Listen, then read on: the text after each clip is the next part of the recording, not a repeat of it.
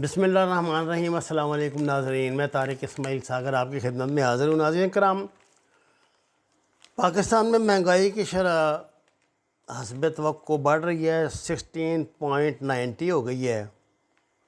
12 अशिया की कीमतों में इजाफ़ा, 2-3 की कीमतों में कमी। PDM की जमातों का इजलास, गिलानी को अपोजिशन लीडर मानने से फिर इनकार। 26 अजला में कोरोना हाई रिस्क बन गई।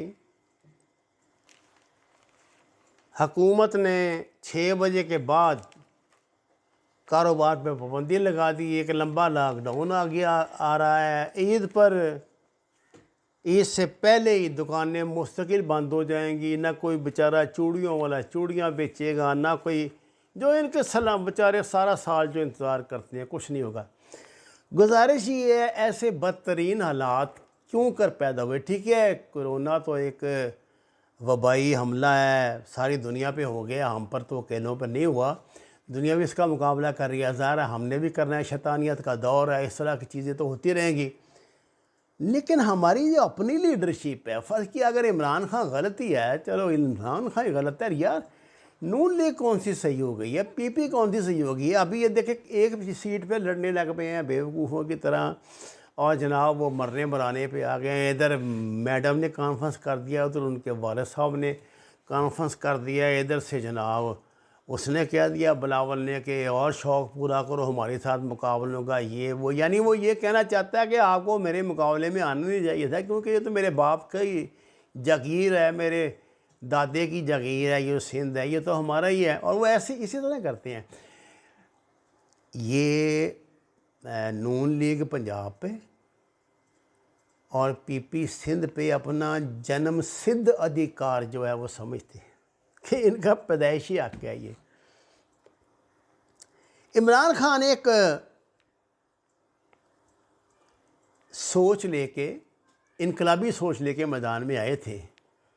आज जो हम ये कहते हैं ना, जितने पढ़े लिखे लोग हैं, हमने जिन्होंने उसको वोट दिया था इमरान खान को, वो कहते हैं कि जी आपने वो वादा क्यों किया था, आपने वो वादा क्यों किया था, वो क्यों था, वो क्यों किया था। मुझे ऐसा लगता है इमरान खान ने वादे इसलिए नहीं किए थे कि उसको पता था कि हमारे जो मैं इनको पूरे कर लूँगा, या मेरे पास कोई बड़ी काबिल टीम है, या कोई लायक लोग हैं, ये मेरे पास कोई मरीख के बशिंदे मेरे पास आ गए हैं जिनसे मैं काम ले लूँगा। ना ना ना ना, इस चक्कर में ना पड़े।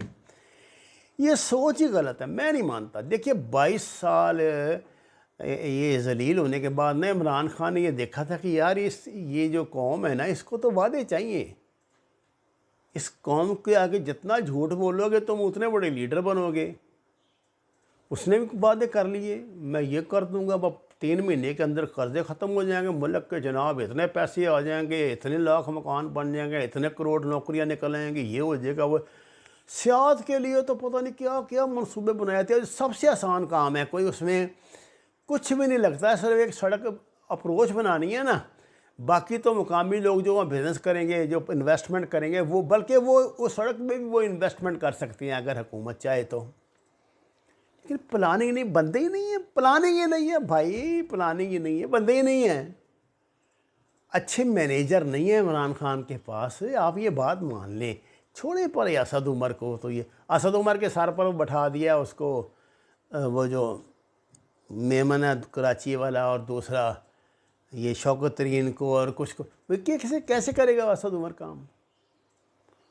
जितने लोग ये पढ़े लिखे लोग कराची से आए थे ना इमरान खान के साथ, इमरान खान ने उनको जलील करवा दिया है। अब वो इसलिए तो इलेक्शन हार गए हैं वो कराची का। अब अगर 2.5 साल बाद खान साहब ने कोई इनकलाबी फैसला किया है ना, तो उन्होंने ये किया कि मैं इस्तीफ़ा दे दूँ। यानी इससे बड़ा, इससे संगीन मजाक इस कौम के साथ क्या हो सकता है? अगर इमरान खान ने इस्तीफ़ा ही देना था तो कितना अच्छा टाइम था कि वो इक़्तिदार हासिल करने के 1 माह बाद इस्तीफ़ा दे देते हैं। भाई यही जब उनको पता तो लग गया था ना। लेकिन ये भैंसें बेचना, ये गाड़ियाँ बेचना, या दीवारों को तोड़ने लग जाना, फिर उनको बनाने लग जाना, कभी बारबड़ वायर लगाना, कभी बारबड़ वायर उखाड़ना, फिर लोगों के लिए खोल दो, फिर यूनिवर्सिटियाँ बना दो, फिर ना बनाओ, ये तो जलील करने वाली बातें होती हैं ना जी। तो उन लोगों को देखिए, जब इमरान खान, जब तहरीके इंसाफ बरस इक़्तिदार आई है, तो ये चूँकि पहली मरतबा ये इक़्तिदार में आए थे, तो जो इनके वोटर थे वो बताया करते थे लोगों को कि हमने रवायत को तोड़ा है, हमने रवायत शिकनी की है, और आप देखेंगे इसका रिज़ल्ट निकलेगा, वो रिज़ल्ट निकलेगा। आज वो लोग शर्मिंदा हैं, सर झुका के चलते हैं सोसाइटी में। लोग कहते हैं हाँ जी कितने गया जी कर्जे की पास ही जी। ये तो जो लोग जो माहिरीन है वो समझते हैं ना मामलात को, हम तो नहीं समझते। आपको इस बात का पता है कि दवाइयों की कीमतों में 550% इजाफा हुआ है। कभी ज़िंदगी में आपने सुना था ये लफ्ज़ कि किसी चीज़ की कीमत में 550% इजाफा हो जाए? पूरी दुनिया में नहीं हुआ कभी।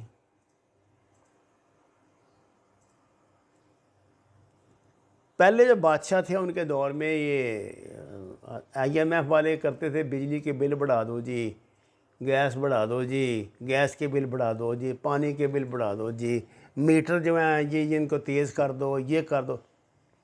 इससे आगे बात नहीं चलती थी। ये नहीं होता था कि आटे दाल की कीमत, आटे चीनी की कीमत भी वो मुकर्रर करेंगे। अब तो वो मुकर्रर करते हैं।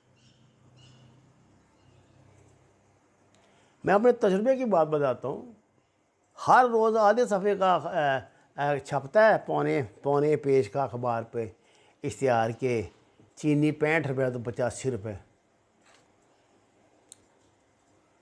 लाहौर से किसी को एक पैकेट 100 रुपये या 120 रुपये किलो मिल जाए तो मैं कसम नहीं खाता, ये तो ला के दिखाऊँ, 2 पैकेट नहीं को ले सकता। क्या बात आप करते हैं।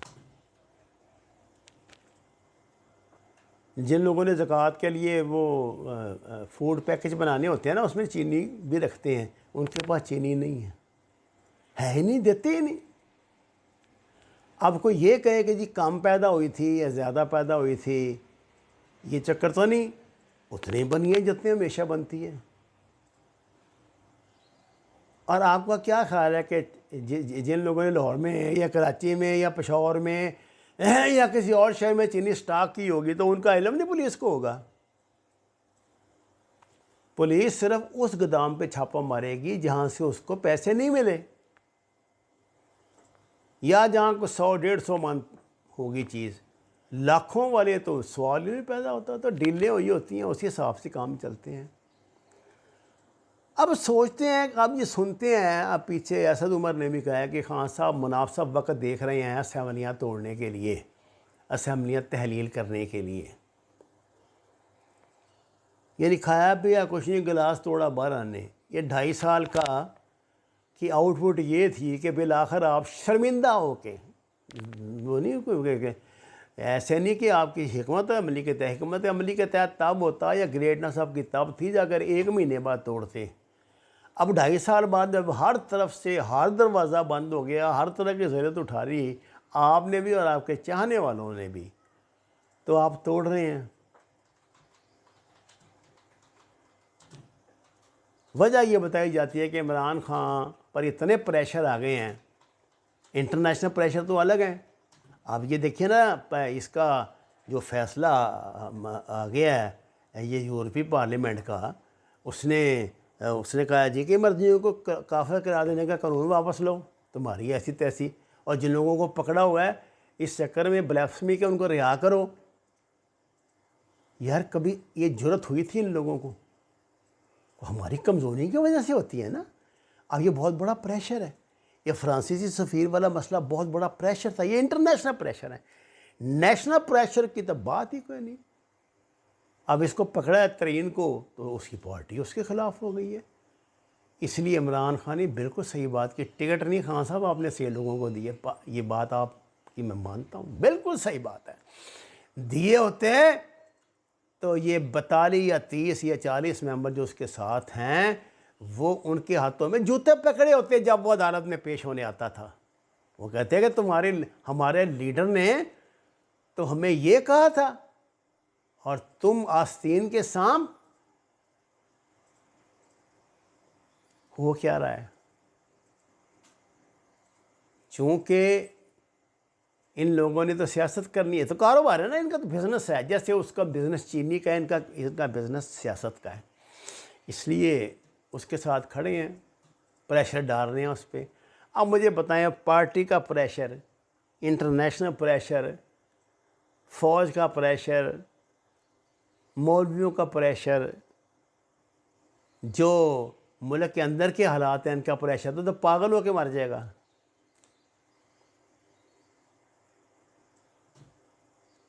अगर ईमानदारी की बात माने ना, तो जो वो बड़ा पुराना इनका मंसूबा ना टेक्नोक्रेट गवर्नमेंट का 10 साल के लिए, मुझे तो लगता है वही होगा। मुझे नहीं और कोई रास्ता नज़र आता। उमा बलागुल मुबीन। नाज़रीन कराम, दरख्वास्त है कुरान और नमाज को तर्जमे के साथ जानिए। हमारे चैनल को सब्सक्राइब करें, लाइक दें, सच के सफ़र में हमारा साथ दें। आपका बहुत शुक्रिया।